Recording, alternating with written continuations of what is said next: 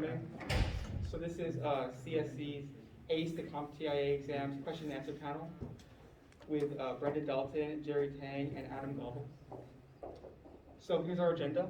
That QR code right there you can scan to sign in if you are currently a part of CSC. But as you can see, we'll be overviewing the CompTIA exams. Then we have our panel discussion. The panel discussion is about 40 minutes long. It basically hits all the highlights for like doing well in these respective exams. After that, we'll have an audience Q&A where like you guys can ask any specific questions if you have them. And then our closing. So what is CompTIA and why would you want to take more exams? So essentially, they help you ensure that you have like the specified skills to fill various employment positions. Most companies have IT staff that hold certifications. Certified IT pros make great employees. IT certifications are growing in importance, and training alone is not enough. So these added onto like a proverbial degree or something is very good for a resume and for getting hired in good IT positions. So this is like the recommended pathway. It looks kind of complex, but in essence, the trifecta, which you can see in that box up on the screen, is kind of what you want to be going for. It encompasses the A+ exam, the Network Plus exam, and the Security Plus exam, which is kind of like the three most important exams, and that's kind of what this panel is geared towards. But there's also some other exams and skills that they will be showing in this flow chart. So now, I guess we'll start the question and answer panel. So to start, can you guys tell us a little bit about yourselves, like your major, which exam you took, and why you took it, and why you want to pursue your respective careers? So we can start from you. Sure. My name is Jerry. I took the Security Plus. I'm a CS major. Oh, yeah. So like, why did you want to pursue computer science?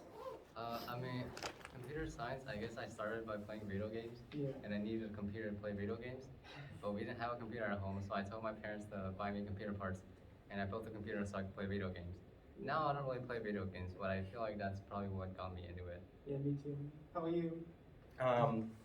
I'm a computer science major. I took the Security Plus, the 501, not the 601, and that was like the spring, summer of 2020. I was in the Army, and that's why I took it, is because I wanted to get to more advanced like cybersecurity positions in the Army. I'm a computer science major, and I got into computer science when I was really young because my dad was a server administrator for pretty much my whole life, so I grew up around computers. I think I really went into it just because I love computers so much and I was so comfortable with it, but I didn't know like kind of the professional path, and so just taking the certifications is a really great way to like delve into it more, and like not only it gives you something to learn, but it gives you something to show for it after the fact. Yeah. Yeah. Well, my name is Brendan Dalton. I'm an ITS major, sophomore, and I received the A+ certification this past summer, so that was the 1001 and 1002 exams. I got interested in cybersecurity really through the A+ exam initially, because if you all don't know what the A+ exam is, just a really general-based IT information, stuff that you should know as somebody in IT. So and I covered security in one of them, and that interested me. So yeah, I mean, cybersecurity just seems like something that is, you get to do something new every day, so something interesting, something you can look forward to. Yeah. Awesome. And so starting from the beginning, could you go specifically into the exam you took, why you took it, and how you think it'll specifically help in the career that you want to pursue? Yeah. Sorry, could you repeat that? Like, so why did you take your exam, and how do you believe it will aid you in the career that you want to pursue?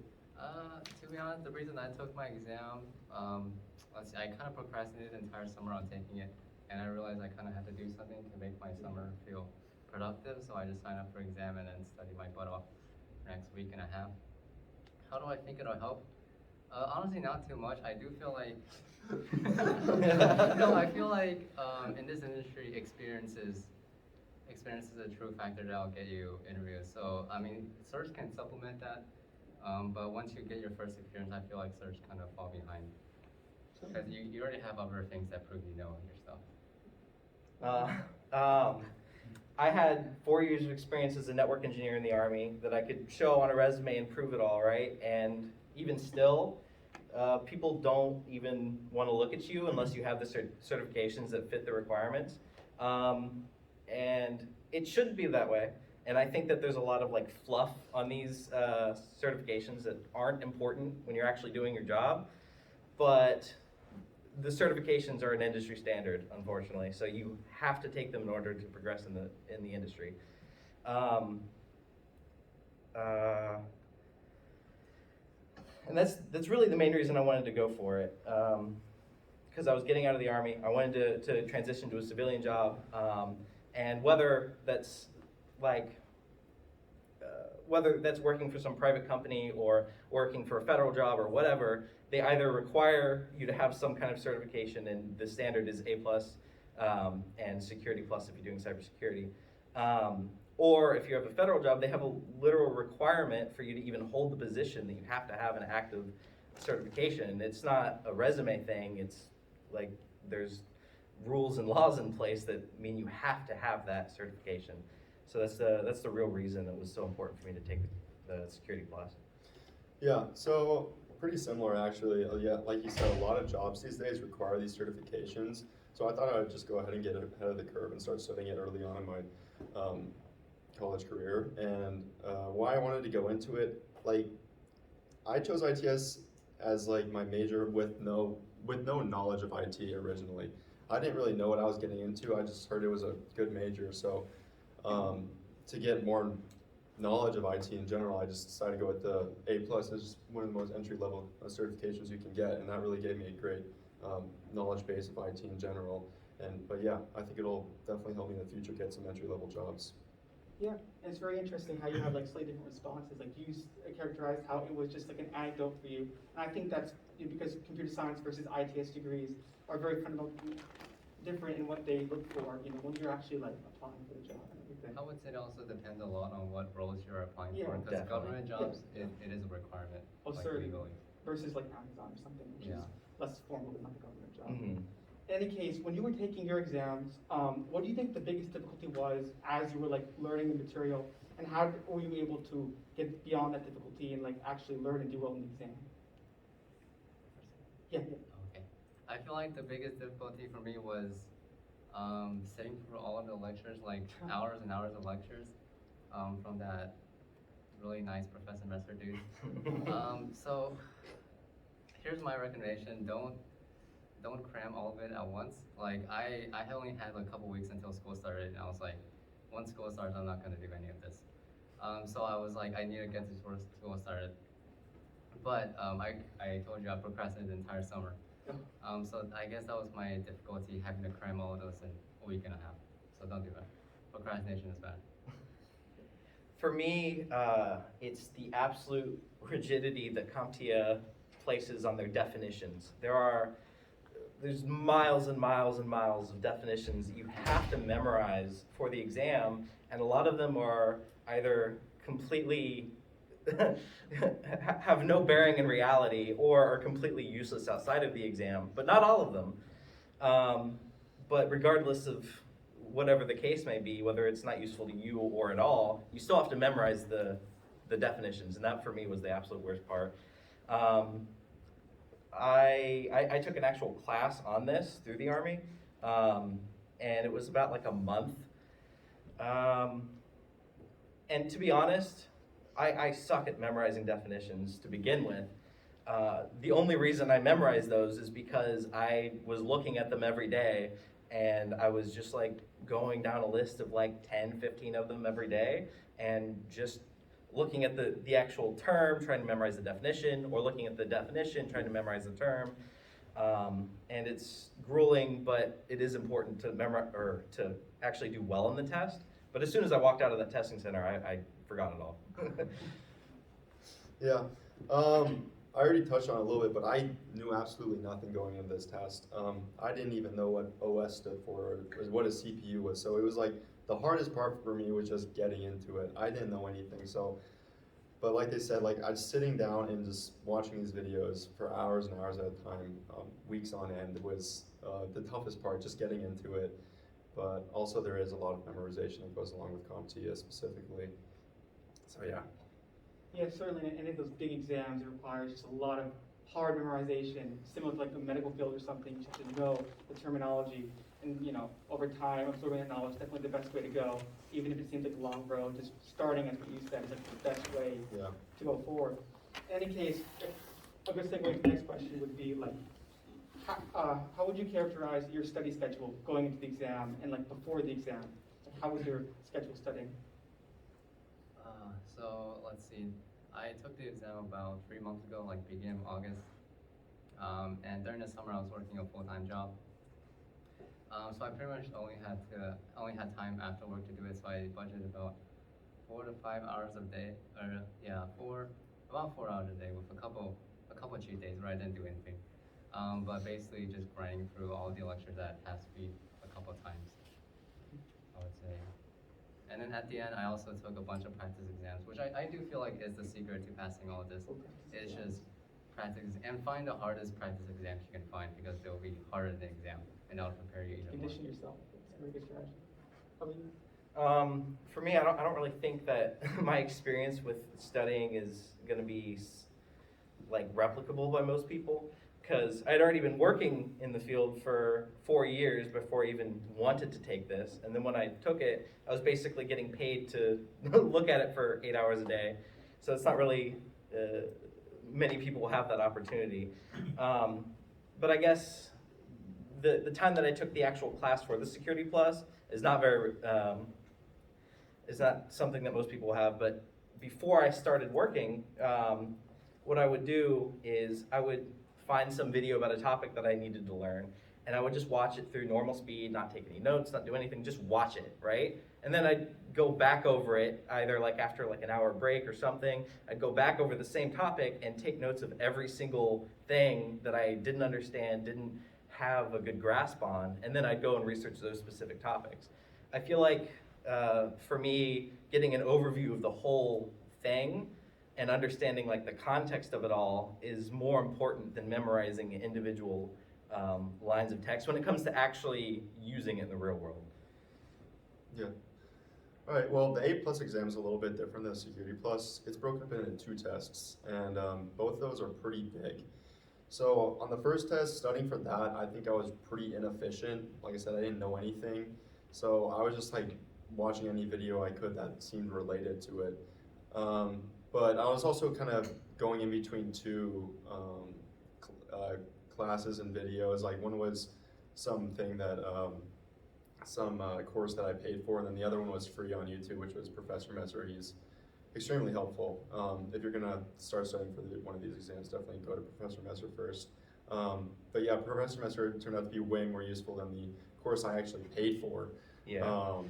But yeah, I watched pretty much every single one of his videos for the 1001 exam and 1002, and I would just take notes on everything that he would talk about in those videos. And like Adam said, I would go back and kind of research anything more that I didn't really understand when he first went over it. And also practice exams are key. Practice exams are very key. Professor Messer has some great practice exams you can pay for. They're really cheap. They're like, I think it was like $30 or something. You pay for 3 of them. They're like extremely useful. And then you just go back over them. And then those tests are also harder than the actual exam, in my opinion. Like, I thought I was gonna fail the 1002 exam because I did like mediocre on all the exams that I paid for from Professor Messer, and then I ended up passing by a good amount on the actual test. So yeah. Yeah, it's very good. It seems as though taking practice exams is kind of key in Yeah. like really instilling that knowledge. Mhm. But when you look at like this chart, of all the exams you need to take, it's definitely very intimidating. And if you were like a freshman or a sophomore CS or ITS major, what greatest piece of advice would you lend on where to start? Like what exam to take, what to look into, like where to begin to go into the field of cybersecurity? Let's see. I guess I would say you don't really have to rush it. Some people do want to just collect all the exams and pray that it immediately gets them a job. But I would say you really don't have to get all of them, right? I personally didn't even start with CompTIA. I started with like some free Google course at the time, which was Intro to IT, which is basically like a slightly mini A+ exam, and that was It's my. like the ITF. Yeah. The IT fundamentals plus. That's the CompTIA version of that. I'll take your word for it. But yeah, basically that was my intro to IT, and then after that, you kind of gain experience over time through your courses. Like the courses aren't directly correlated, but they do give you good like background information, and your classes they may be pretty useless. I think mine are pretty useless, but I feel like they do help you learn how to learn, which is very important when you're studying for these exams. So don't rush it, and like honestly just set your eyes on one of these, any of these, like A plus, Network plus, Security plus. You can honestly start with any of these and just study for it, and do some practice exams, and I think you'll do fine. Personally, I think when it comes to choosing what certificate you need or how you want to get into it, it's best to not look at the field, but find specific jobs that you want and look at, okay, what do they require? Like what's on the job listing? Do they say, oh, you need these certifications? If that's the case, then go for those. If you're just trying to learn a topic, getting a certification is not the best way to do it. I think it's the other way around. You should learn the topic before you go for the certification, or really study for a specific certification. For example, for me, I really like networks and networking specifically. So yes, CompTIA has good networking certifications, but for a lot of the job listings that I look at and I'm really interested in, they really focus more on a specific type of hardware. So the Security Plus is a really great certification for me to have, but on top of that, a lot of the job listings are Cisco oriented, for example. So I'd take the CCNA or CCNP, or they might be like Aruba or whatever brand that a specific company focuses on. Or the other way around, if you have the opportunity to look at the hardware, focus on the ones that you actually like and then find a job relating to that. But that's for the infrastructure side. For the other side, the cybersecurity, again, the CASP is very highly sought after, or the CISA is also very sought after as well, the CYSA, oh, it's gone. Those are very good for actual cybersecurity, like if you're doing pen testing or like a network defender or something. And you can find that out by just looking up, like going on Indeed and find, what jobs are there for network defender? Like what does that look like for a job listing? What do they want from me? And that's the best way to get into the careers, finding the career path. I think going into certifications, it really depends on how much knowledge and experience you have. Like if you don't have much like I did, A plus I think is a great start because it covers a variety of different things. It covers security, it covers hardware, it covers networking, it covers a lot of different stuff. So that might help you figure out what path you want to go to. But if you already know and you already have some experience, you get more specialized in like networking or security plus, or anything around there really. But yeah. Yeah, so traditionally you start with an A plus and you move into the SEC, Yeah. which is definitely like the pathway that people usually take Mostly, for yeah. these exams. I would say it's not completely necessary though. Yeah. Maybe. Agreed, yeah. Because like I personally hate networks, so I didn't do the network plus. Yeah. But yeah, it helps to have background information. Yeah, so you choose based upon where your respective interests lie. Yeah, and where you're at currently. I would not recommend jumping straight into Security Plus, for example, if you have absolutely no experience with IT, like with you. Going for the A plus is perfectly fine. It's a useful certification for finding a job, but it's also a really good foundation to move on to the other exams. Yeah, and when studying for these exams, like everyone's journey is a bit different. But for you guys specifically, does there exist one unexpected thing that like really helped you do well in the exam? What helped me on the exam? Like something kind of unsuspected that you wouldn't have assumed would have been as much of a help as it ended up being. Let's see. Well, I guess with the new Security Plus, there was a lot of focus on cloud actually compared to the old ones. I think I don't know how much the 501 had on cloud, but probably not very much on cloud and virtualization. So I guess what helped me with that was, let's see, my endless procrastination. So a couple weeks ago, I was like, I'm gonna take an AWS cert, and I started studying for AWS.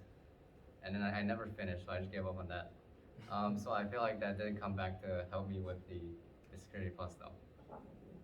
What do you- For me personally, the thing that helped me the most is understanding the context that what I'm learning is actually used in, right?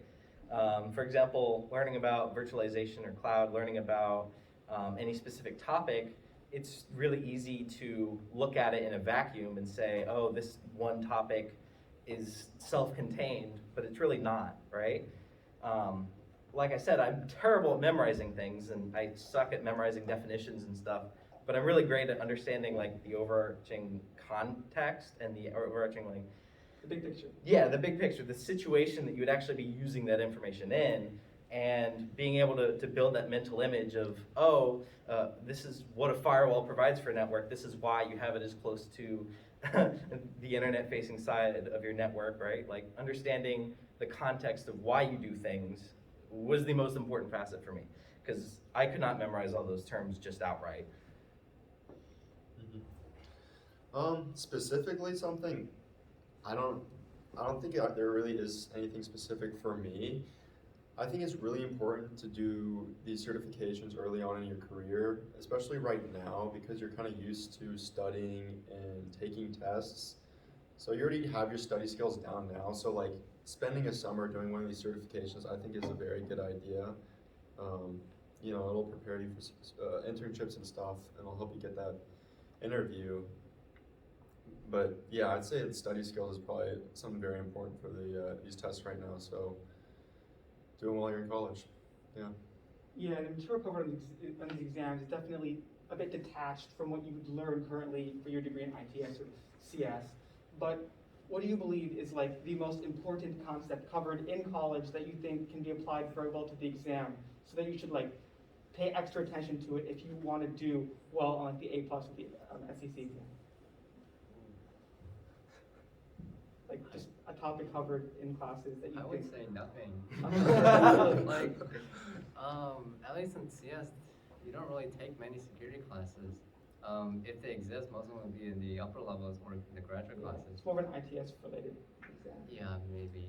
So I would say, yeah, nothing helps. And how about from the ITS perspective? What do you think? I also don't think too much. I don't think I took much away from all my years in school to anything related to this test. It's totally something different. I really don't think there's much that I've taken away from a class that helped me. Really? I guess it's I haven't really taken too many like IT specific classes either, so maybe it would, maybe this question would apply to me more if I was like a senior or something. But yeah. Do you think that? I really agree with both of them. I don't think that the college courses are, none that I've seen, and I'm only like a freshman in computer science. I have friends who are like upper level ITS, but even them, like I couldn't think of anything that they talk about or do that's like related directly to the CompTIA Security Plus or A Plus or anything really. I mean A Plus kind of, but it's just general IT knowledge, right?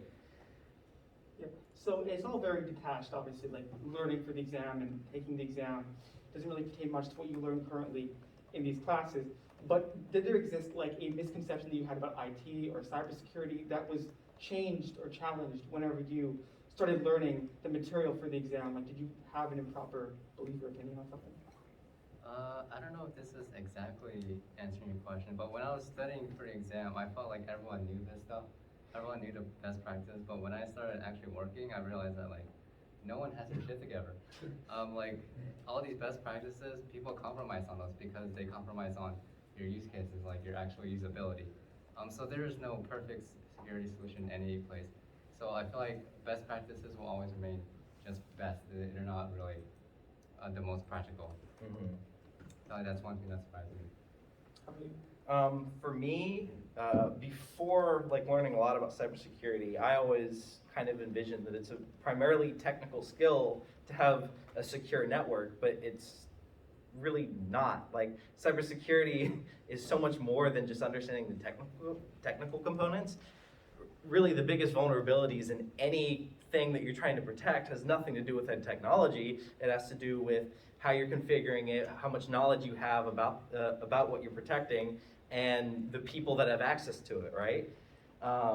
Really, people are always going to be the biggest vulnerability in any given situation. So it's not just about understanding the technology, it's about understanding how to communicate it to other people so that they don't throw it out the window for, like you said, ease of use, which is such a common thing.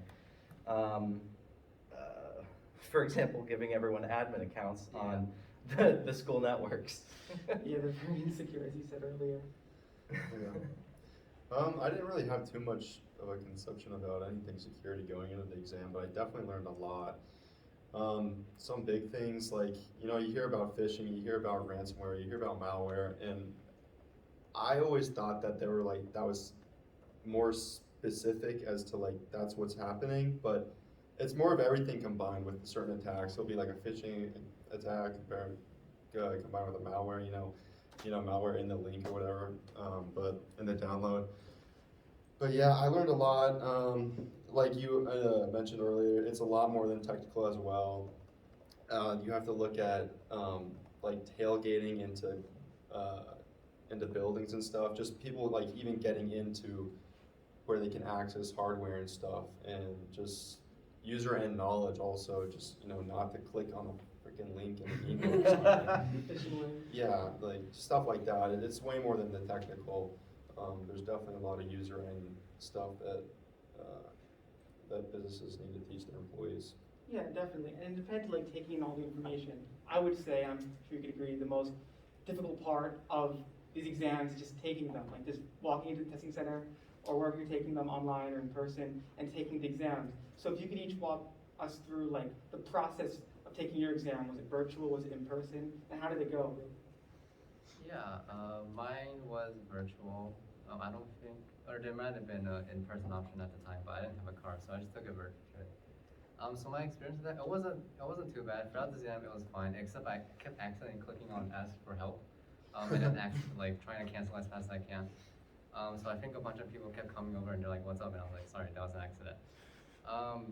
What else? I guess at the beginning, they have this weird thing where they want you to put your phone like away from hand's distance, but you need to like take pictures with your phone of your surroundings, right? So I took the pictures, and then we had like the proctoring come on. They're like, "Put away your phone," and I put it to the side, and then I had like moved my laptop to show them. I put it there, and they're like, "Move it far away," and I was like, I pushed it away, and it's like. And then she was like far away, so I just grabbed it and like yeeted it across the. And then finally she was happy with that. So besides that, it wasn't too bad. I'm used to taking exams online now because of COVID, but yeah, not too bad. How about you? For me, I took it in a testing center. Through the class that I was taking, part of like graduating the class was we had to take a second exam before they even gave us the voucher. So I had to take the first exam in person, like written. And then I got the voucher, and then I had to schedule it through a testing center that had 2 computers, and they were constantly in use, so I had to like wait 3 months afterwards. And that was probably the hardest part, was after I was like done studying and ready to take the exam, I had to wait.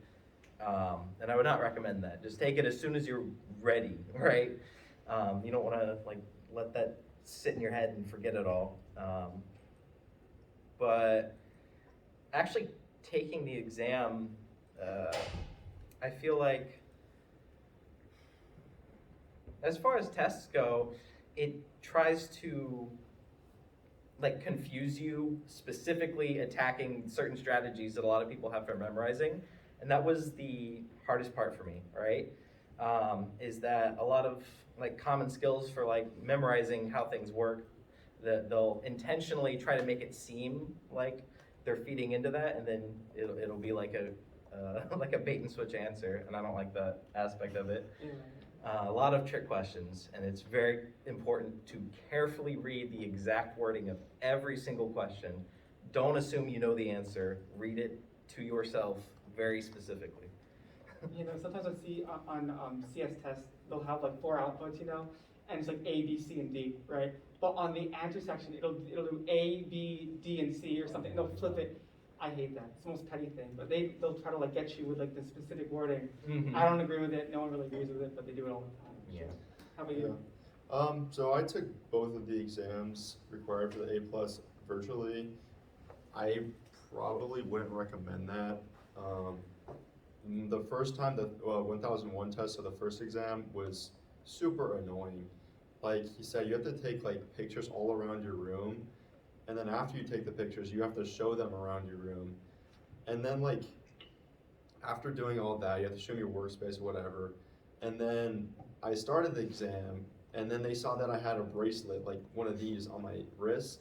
And then they stopped the exam. Well, the time was still running. They stopped there. Hey, what's on your wrist? I'm like, it's a bracelet. And he said, is it religious? I'm like, no, it's not religious.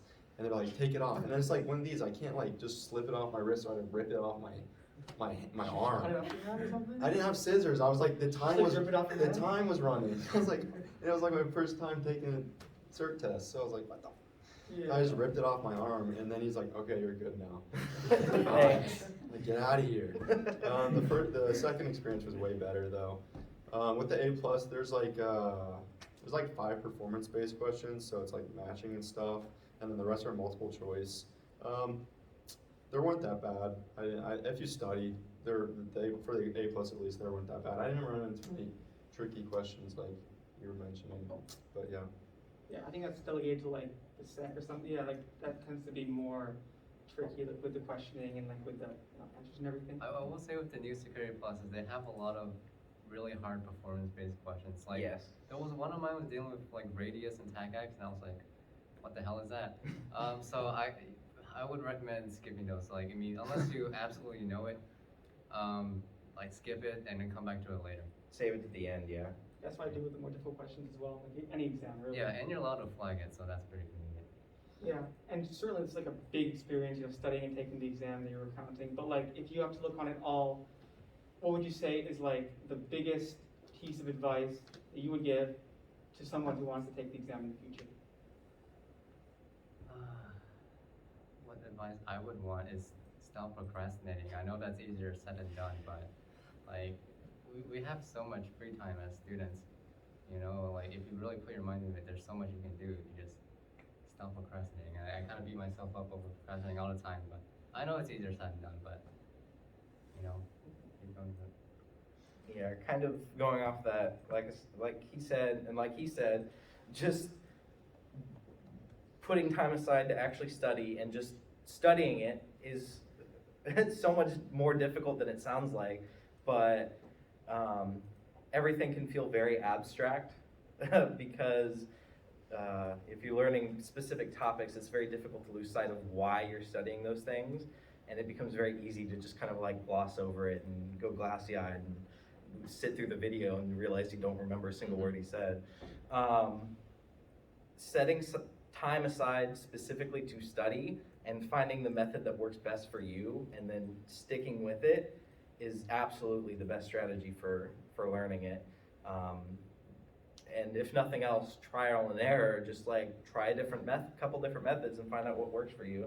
But the most important part is actually setting time aside to study and, like you said, not procrastinating it. What method worked for you specifically? Because you mentioned methods, but like, did you have a specific method that you used? Oh yeah, like I said, first watching through a video without like trying to study it, just listening and understanding the concept, and then watching it again, but this time taking very detailed notes of like what I do understand, what I don't understand, and then going back and researching the ones that I didn't get the first time. Yeah, and writing is important to transmit the information to memory versus Yeah. typing it or something, which is what I get caught up in a lot. I would say one thing that helped me a lot was getting this extension that blocked Reddit. So I can only use Reddit for like 15 minutes a day, and I feel like that shot up my. They have an productivity. extension for that? Yeah. What's it called? I don't remember it was long. I uninstalled it after I took the exam. Yeah. Sounds very useful though. And how about you? A tip for not procrastinating would be to probably schedule the actual test at the beginning of your study, so you know, kind of like bound to actually study for it because there's a date. Not like where if you like, you know, you're studying and then you just schedule it whenever you feel like it. You know, if you have a date to go after, then I think that'll motivate you a lot more to study. Also, don't take too many like rest days because I don't know. For me, you have to just stay on top of it. Like I think I took maybe one rest day a week, if that. Like I would go lighter some days, but as long as I just kept on top of it, like if it was just an hour, I mean, some days I'd have more hour, I'd go harder, it'd be like 5 or 6 hours, but just do something, stay on top of it, but once you get, you know, too many days in a row, it's, you know, whatever. Yeah, planning a schedule is very useful, certainly, in like ensuring that you have enough time to learn the knowledge versus procrastinating it. Yeah. Yeah, and so this will conclude the closed questioning. Now we're open to any questions you may have, as specific as they are, so you can raise your hand and ask a question to any of the guest speakers here, if you'd like to. I'll move on the slide.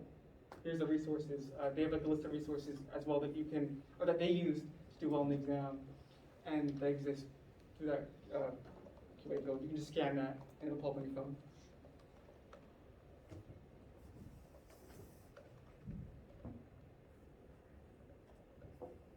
Yes? I have a question actually. I wanted to ask, like, I know when I take a class, I usually forget everything afterwards. Do you feel the same about the exam? Like, did you retain all your knowledge? Absolutely. Oh, Did I retain it? No. Yeah, no, not at all. Absolutely not. Especially the definitions. As soon as I walked out of the testing center, it was just gone from my head. It was, those are so obnoxious. But as for the overarching concepts, that stuck with me. That was really important for me to learn. I feel like I forgot all the useless stuff, which I guess was good because it kind of like cleans your brain from all the junk. But like, I feel like the actual important stuff you'll remember. Yeah. Right? I completely agree with Adam. Like, definitely forgot a lot of stuff, but the overarching stuff I remember. Yeah. Like just earlier, I was actually looking into it, just trying to brush up on it, and I saw this one that was like, oh, the definition of RAT is remote access Trojan. I'm like, that's just objectively incorrect. But that's the CompTIA definition, so whatever. Do they have different definitions like, between exams? Like they ask. I don't think so. I think CompTIA has their specific set of But they're not definitions. industry standards or your. Oh yeah, no, it's actually a remote access tool and has nothing to do with viruses. It's just, it's used as like a form of attack. It's, yeah. CompTIA has a lot of stuff like that where one of the courses I was taking, the guy would always be like, I don't agree with this, but this is what they say, so you have to, you know, learn it this Was way. that Professor But- Nesser? No, it wasn't Professor Messer, it was this other, Professor Messer just gets straight to the point with everything in his videos. They're pretty concise and he just hits all the points that because with CompTIA they actually, which is something really nice about CompTIA is they provide objectives. And it covered, on the objectives, it hits everything you need to know. If you know the whole list of objectives, you'll be totally fine for the exam. Definitely going into one of these exams, print out the objectives and go down the list and see what you know, see what you don't know. But with Professor Messer, he just breaks up his videos and hits every single one of those points, so it makes it really nice. Unlike the course that I actually paid for, which was not the case. Yeah. Yep. So like, so if I'm applying for any on like companies like Amazon or Facebook or anything like that, so do they prefer Cisco certifications or CompTIA certifications? I think you're asking about. Not only the two, like you can generalize to any of those companies which I want to apply, other than the government one. You're asking about like what will they look for on a resume, right? Like No, those companies. I'm asking whether they prefer CompTIA certification or should I go for Cisco certification? Oh, it's very specific to the exact job that you're looking for, right? For the majority of them, I would say CompTIA is the most general, and it'll always look good on a resume, whether it's required or not. But specific ones, like for example, the Cisco certifications, it's if they require it, they'll list it. If they don't, they won't even care, right? It'll just be like, oh, another nice thing they have on their resume. But it's very important for those like specific certifications, like the Aruba, the Juniper, the Cisco, whatever, is that it's specific to the job that you're looking for.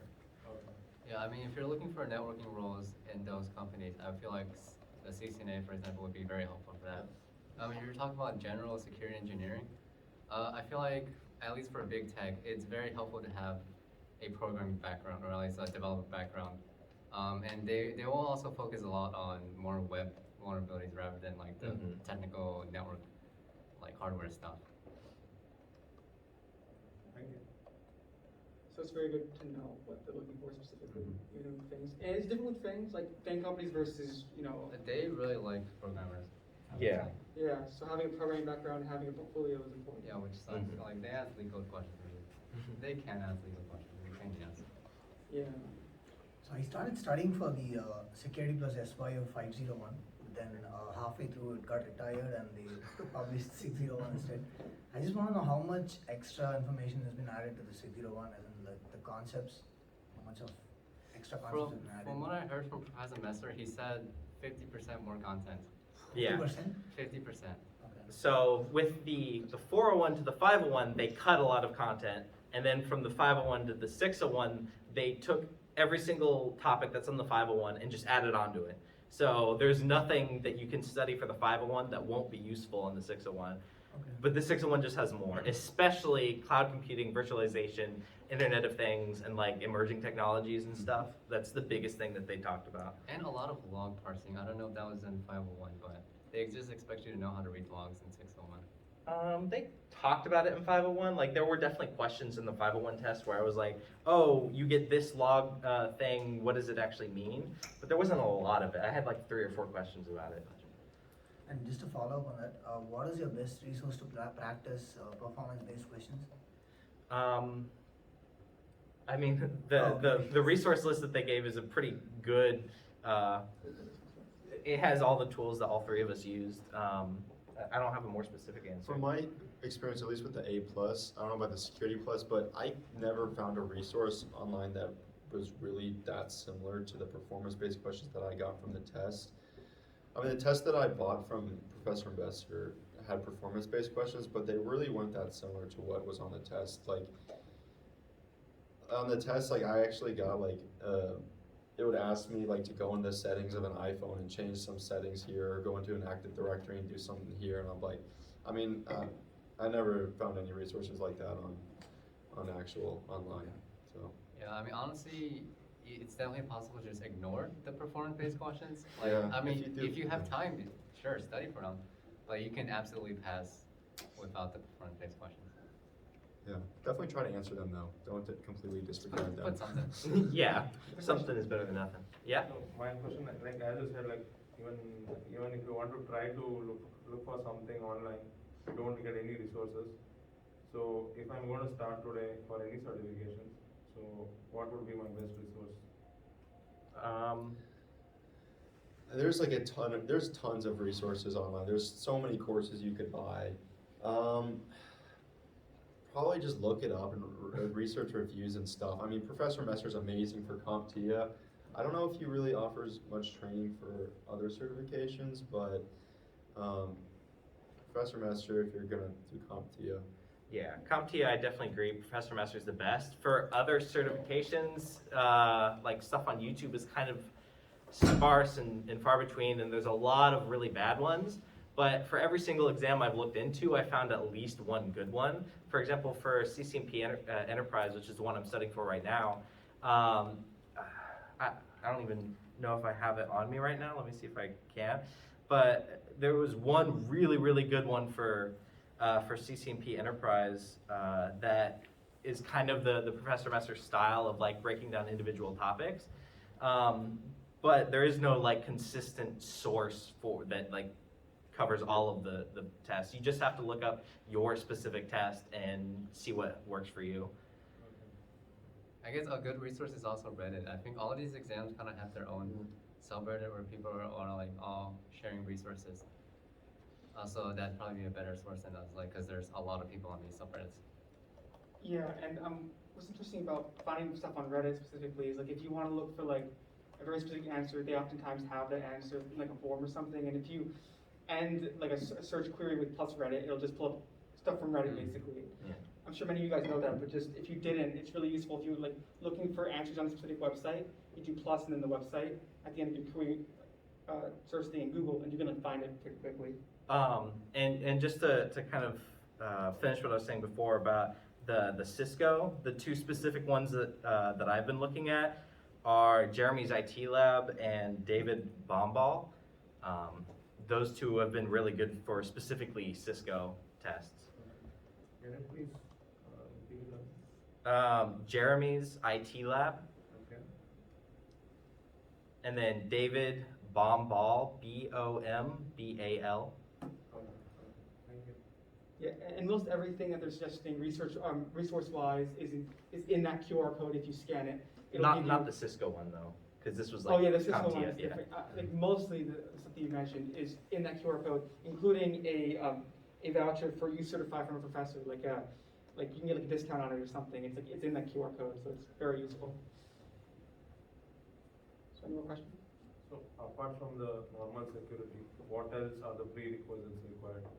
So as you said, like programming concept, like what exactly, like programming concept or any web development or anything like that? For programming, I can't think of any tests that focus on programming in like a network situation, but I would say if you're talking about cybersecurity, I think the CASP talks about programming, and you're required to know it for the CASP. I know coming from a CS major, they recommend getting cloud certification, Amazon cloud Yeah, certification, I was which gonna say that. I feel Yeah. like if you really want career growth, like I think cloud certifications are the best bang for your buck. I had a final interview the other day. We were talking about my security plus, and he was like, "It's a good baseline, but like, what's gonna get you to the next level are those cloud certifications." yeah, that's a big one. Amazon cloud certification, it's like probably as you said, the best value if you want like a really good thing to stick on your resume and really good knowledge for the industry to be directly applied. That's like, I mean, it's so big that even in like the intro CS classes, one of the first things they stress is like getting Amazon cloud certification. So it goes hand in hand with doing well in this industry. So that's like a really big one that hasn't been mentioned. The other two that I know are really like the biggest cybersecurity specific certifications are the CEH, the Certified Ethical Hacker, and then the CISSP, the Certified Information Systems Security Professional. Those two, pretty much every really high upper level cybersecurity job will require one of those two. If not as an actual requirement, they will pretty much just throw your resume out if you don't have something like that for the absolute highest level of cybersecurity.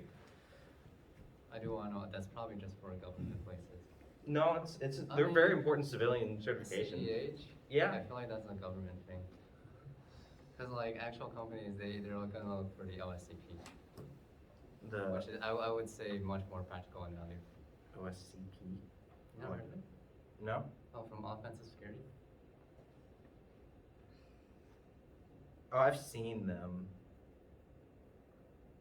Yeah, and I know from a talk with someone who worked at Goldman Sachs, a lot of certifications, like, you know, the big government ones and, you know, the highest echelon certifications, you would be getting in your career. So you wouldn't You would be not thinking- start with it, no. Yeah, so like, even though they're mentioned here, don't let that confuse you. That's mainly delegated to like your actual career, you know, 3 years of experience, and then you look into studying for that. So it's a bit different. I mean, yeah, you can tell because the CEH is like over $1,000, I think.